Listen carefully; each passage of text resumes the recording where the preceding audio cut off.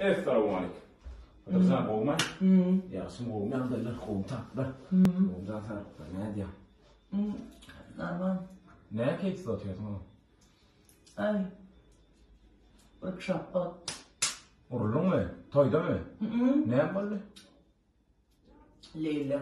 Öyle. Apin alınırlı. Höyüne vardın mı?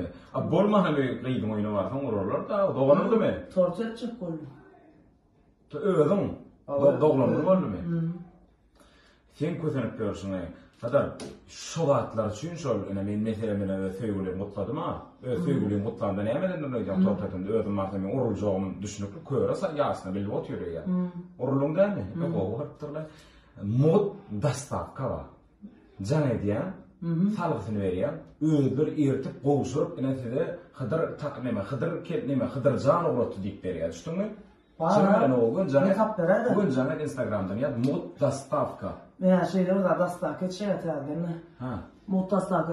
Hiç doğru mu şey diyor? Ya da. Hani? Mod dastavka.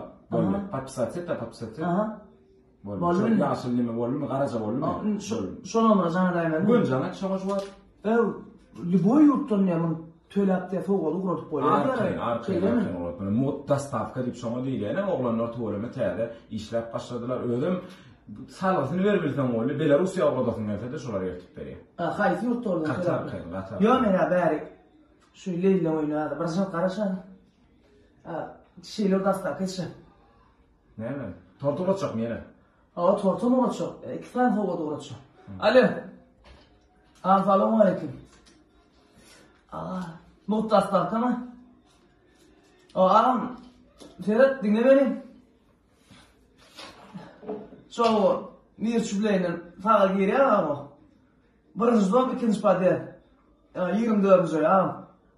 Şu tam bir tort oğu ağam. Men adında bir tort demedeydi onu. Şuna mıracağı da onu berke men töle. Ağam şu tortu erterfine.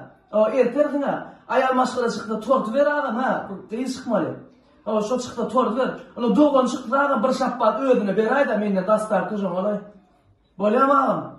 Ne hem çürmeyse Hıdır'dan dastavka diye şu şapbatla ayal urtsun deyip şu idin abratın dastavka uğratılıyor bir şapbat.